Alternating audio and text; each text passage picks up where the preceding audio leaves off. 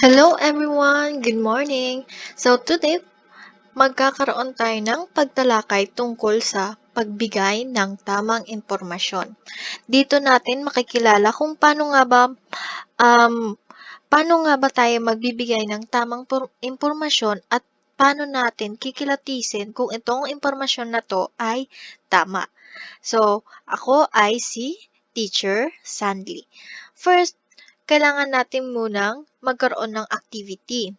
So, kikilatisin natin kung yung mga site na ito or yung mga sangguniang ito ay nagbibigay ng tamang impormasyon. Halimbawa, we have here Google, News, TV, at saka yung mga tao, yung mga nag-uusap na tao. So, simulan natin. Kung ito nga ba ay nagbibigay ng tamang impormasyon, kung sila nga ba ay valid na dapat nating pagkatiwalaan. So, ito, yung kapitbahay natin, dapat ba? Hindi. Eki siya. Kasi hindi natin alam, baka may sinasabi silang hindi tama. Kaya hindi natin kailangan or hindi natin dapat pagkatiwalaan. Kaya kailangan nating makinig sa radyo or magbasa or manood. Ito naman sa Google. Very good. Ito ay isang nagbibigay ng mga tamang impormasyon. Bakit? Kasing site na to ay kontrolado. Ito naman po, newspaper. Very good. Ang newspaper ay nagbibigay sa atin ng mga tamang impormasyon. At saka yung TV. Hindi natin dapat pagkatiwalaan ay ang mga tao na nagchichismisan lamang or sabi-sabi lang yung pinanghahawakan nila, hindi mga tamang impormasyon. Okay, so let's start. Ano nga ba yung mga dapat nating gawing anunsyo? So, halimbawa, we have here. Ano kaya to? Ayan. So, stop coronavirus. Mapapansin nyo, alam niyo po ba yung coronavirus? So, para mas malaman pa natin, kailangan nating basahin ito.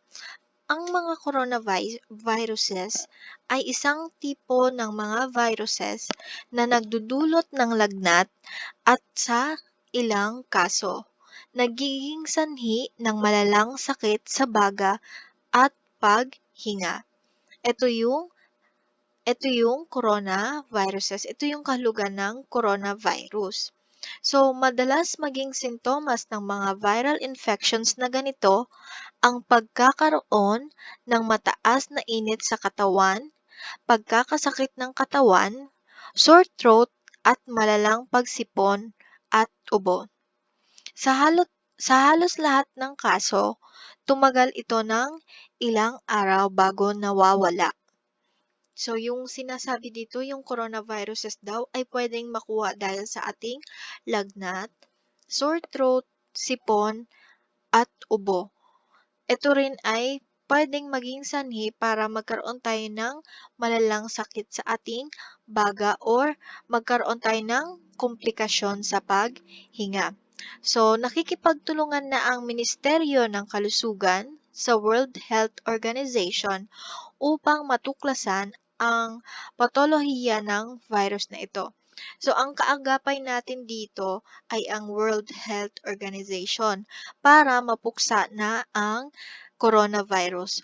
Sa ngayon po, maraming lumalabas na impormasyon about sa coronavirus na may ibang sabi na ito ay nakukuha sa hangin.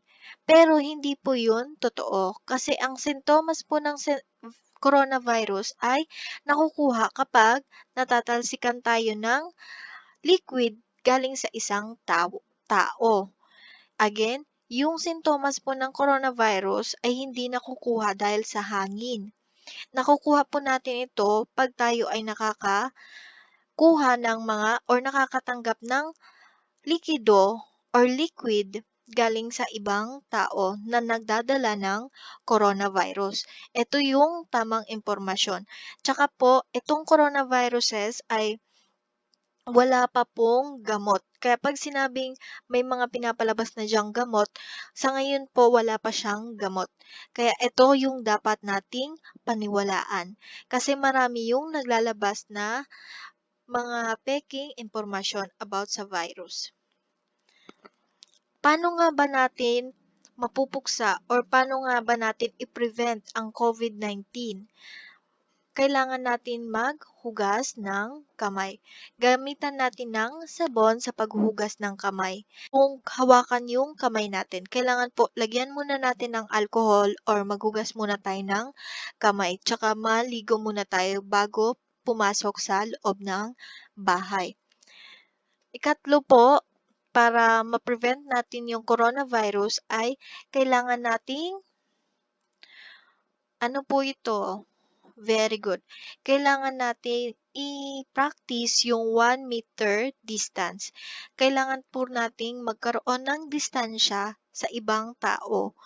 Bawal po kasi yung dikit-dikit para hindi natin matanggap yung likido or liquid or mga laway or kahit anong liquid na galing sa ibang tao kasi hindi natin alam na may positive na sila ng corona kaya kailangan nating umiwas gamit ang 1 meter distance. Very good. Also, kailangan po nating gumamit ng tissue pag tayo ay sisinga. Pag halimbawa tayo ay mag-sneeze, kailangan po natin gamitin yung tissue para hindi po tayo makapagkalat ng ating likido galing sa ating katawan. Pagkatapos po, paggamit natin ng tissue, kailangan din nating itapon. Saan natin itatapon yung tissue? Sa may tamang lalagyan or sa basurahan. Dapat sa basurahan po. Kung sakaling wala kayong tissue, gagamitin niyo po yung inyong siko at saka itatakip niyo sa inyong ilong para yung likido hindi makalabas. Okay po, nakuha. At ito po yung last para ma-prevent natin yung coronavirus. Kailangan po nating mag-stay sa home and tatawag tayo ng health worker if ever nakakapansin tayo ng mga sintomas. Again, 'pag may nararamdaman tayong sintomas sa ating katawan, huwag na pong lumabas. Mag-stay at home na lang po kayo at tumawag na ng health worker para mapuntahan kaagad at ma-check kung ano ang nangyayari sa inyong katawan.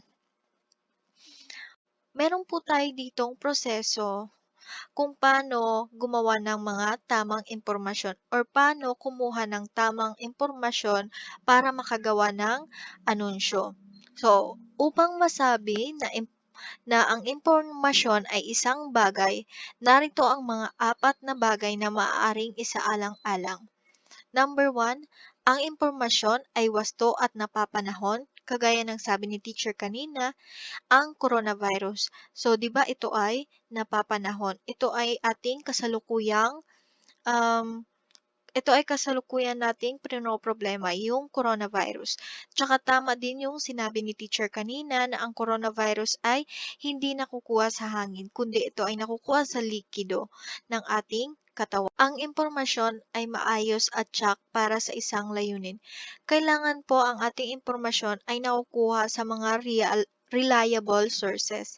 Isa na po diyang reliable ay ang Google, yung TV, at saka yung radyo.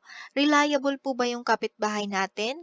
Hindi po. Kasi baka yung alam nila is hindi tama or baka yung sinasabi nilang impormasyon ay hindi galing sa mga reliable sources. Kaya dapat piliin natin yung sanggunian or yung mga sources natin sa pagkukuha ng impormasyon. Number 3, ang impormasyon ay may konteksto na nagbibigay ng kahulugan at kahalagahan nito. Kailangan kailangan nating i-explain kung ano nga ba yung context. Halimbawa, yung coronavirus. Ano yung meaning ng coronavirus? Ano din yung sintomas ng coronavirus? Ano yung dapat nating gawin para maiwasan ito? Yun yung mga impormasyon ng konteksto. Kailangan meron doon kasi ito yung magbibigay ng iba pang impormasyon sa ating mga mambabasa or sa ating manonood. Number 4, ang impormasyon ay nakadagdag ng pag-intindi at nakakabawas ng kawalan ng katiyakan. Kaya dapat po yung impormasyon nating gagawin or yung anunsyo is simple. Dapat naiintindihan ng mga tao. Kasi hindi naman natin kailangan siyang ikomplikado para maging sosyal pakinggan. Kailangan lang po maging simple para makuha ng ating mambabasa or manonood. So, ang tip ko po dyan is sa pagsaliksik ng tamang impormasyon, makakatulong upang magtagumpay sa ganitong layunin, ang pagmamahal sa katotohanan at pagbibigay ng sapat na panahon sa paghahanap ng tamang impormasyon.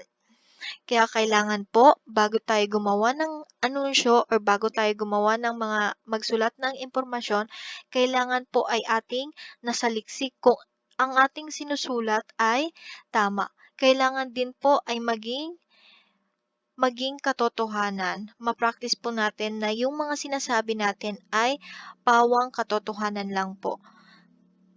Nakuha po ba? Very good. Sa mga tanong, kailangan niyo pong i-comment below para alam ko kung ano yung mga katanungan niyo po. So, ang halimbawa ng anunsyo ay ganito po. Ayan. We have here, ano nga ba ang coronavirus? So, ano nga ba ang coronavirus? Ito ay ang pamilya ng mga virus na nagdudulot ng iba't ibang klasing sakit. Mula sa karaniwang ubo at sipon hanggang sa mas malubhang implikasyon. Sa mga malubhang kaso, maaari itong maging sanhi ng pneumonia, acute respiratory syndrome, problema sa bato, at pagkamatay. Ayan po yung halimbawa ng anunsyo. Bakit po? Kasi ang context po natin dito ay coronavirus. Ang impormasyon po nating binibigay ay ito, ano nga ba yung coronaviruses at ano yung nagdudulot or mga sintomas ng coronaviruses.